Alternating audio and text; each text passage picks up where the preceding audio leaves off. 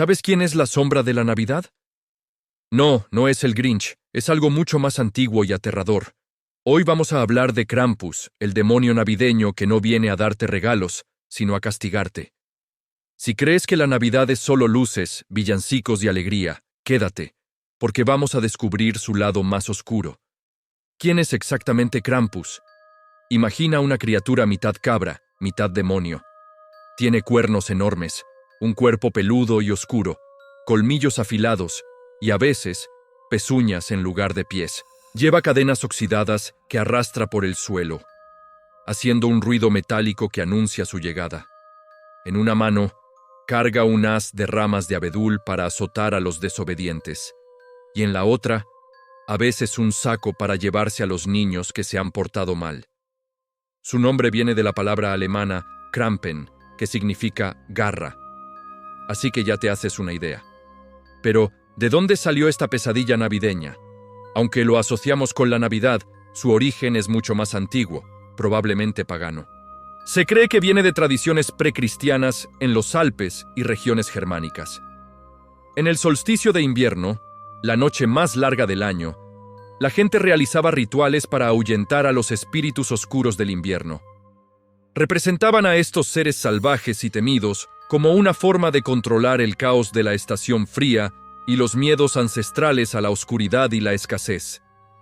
Con la expansión del cristianismo, la Iglesia no pudo eliminar estas tradiciones tan arraigadas, así que las adaptó.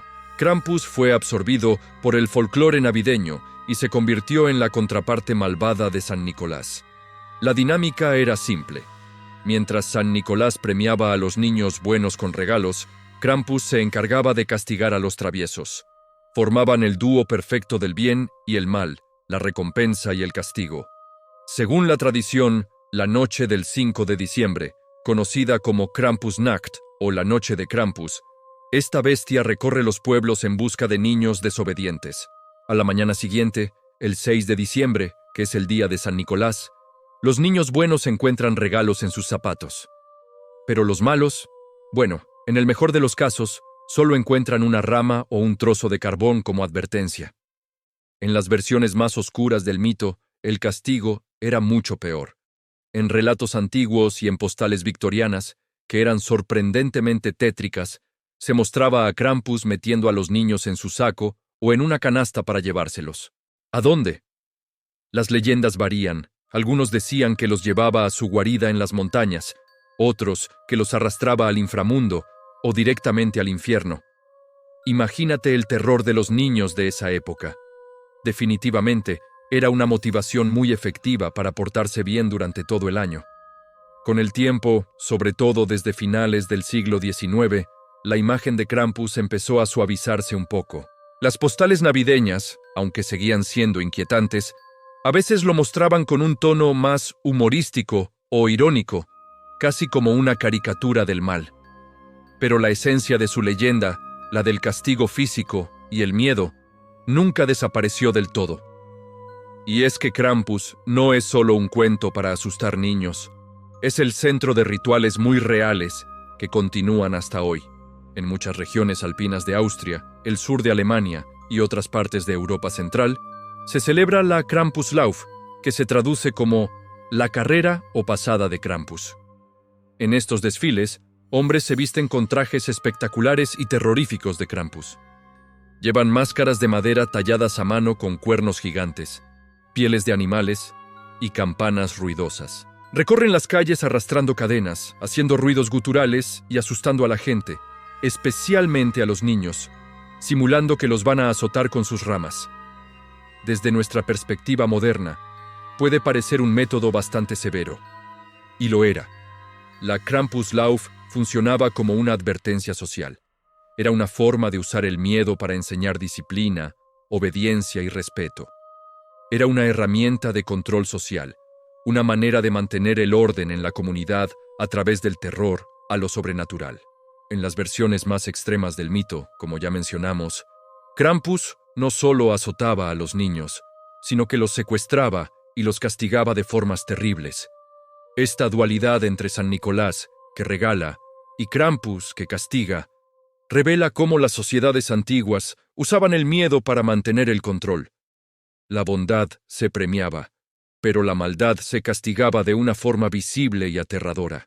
Con la comercialización y la disneyificación de la Navidad a lo largo del siglo XX, muchas de estas tradiciones oscuras fueron olvidadas o relegadas a un segundo plano.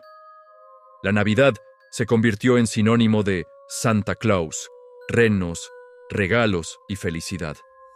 Sin embargo, la figura de Krampus nunca se fue del todo. Persiste como un nervio cultural, un recordatorio de que la celebración no siempre fue tan dulce. Es la prueba de que, bajo la superficie de luces y alegría, existe una capa de miedo y castigo. Entonces, ¿qué representa Krampus en su lado más oscuro y por qué sigue siendo relevante hoy? Primero, es el miedo como instrumento de control. Su leyenda nos muestra cómo las sociedades usaban el terror a lo sobrenatural para regular el comportamiento, no solo de los niños, sino de toda la comunidad. El folclore no siempre es inocente. A veces, sirve para perpetuar la obediencia y la conformidad a través del miedo. Segundo, Krampus representa la ambivalencia de la tradición. En su figura se mezclan lo pagano, lo religioso y lo cultural. Lo que una vez fue un rito de invierno para controlar las fuerzas de la naturaleza, se transformó en una herramienta de moralidad cristiana. Esto nos enseña cómo las tradiciones se reconfiguran para servir a diferentes propósitos a lo largo de la historia, ya sean sociales, morales o espirituales. Tercero, Krampus nos recuerda que el terror puede ser parte de la celebración. La Navidad no siempre fue solo bondad. En muchas culturas convivía con relatos oscuros de duendes, fantasmas y castigos divinos. Krampus es el máximo exponente de ese lado oscuro que a menudo olvidamos, pero que sigue vivo en el folclore y nos muestra una visión más completa y compleja de las festividades. Y por último, nos plantea una pregunta moral. ¿Es válido usar el miedo o la amenaza para enseñar lo que está bien y lo que está mal? Krampus nos obliga a cuestionar si el castigo y el terror son formas legítimas de educar. Hoy en día, la figura de Krampus ha resurgido con fuerza, no solo en Europa, sino en todo el mundo. Para algunos, es una forma de recuperar el folclore y mantener vivas las tradiciones ancestrales. Para otros, es una especie de antinavidad, una rebelión contra la versión comercial y superficial de las fiestas. Lo ven como una especie de Halloween navideño, un recordatorio de que la vida tiene oscuridad, miedo y dualidad. Contrapone la estética amable y consumista con una dosis de terror y autenticidad. Krampus también nos enseña cómo las culturas pueden convivir con mitos que no son necesariamente agradables. Estos relatos oscuros nos hablan de nuestros miedos, de nuestras normas sociales y de lo que valoramos o castigamos como bueno o malo. Así que la próxima vez que escuches un cascabel en una noche fría de diciembre, piensa que podría no ser el trineo de Santa Claus. Podría ser el sonido de las cadenas de Krampus, que viene a recordarnos que incluso en la época más feliz del año, la oscuridad siempre acecha. Gracias por acompañarme en este viaje al lado oscuro de la Navidad.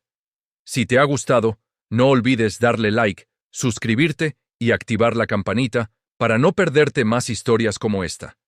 Nos vemos en el próximo video.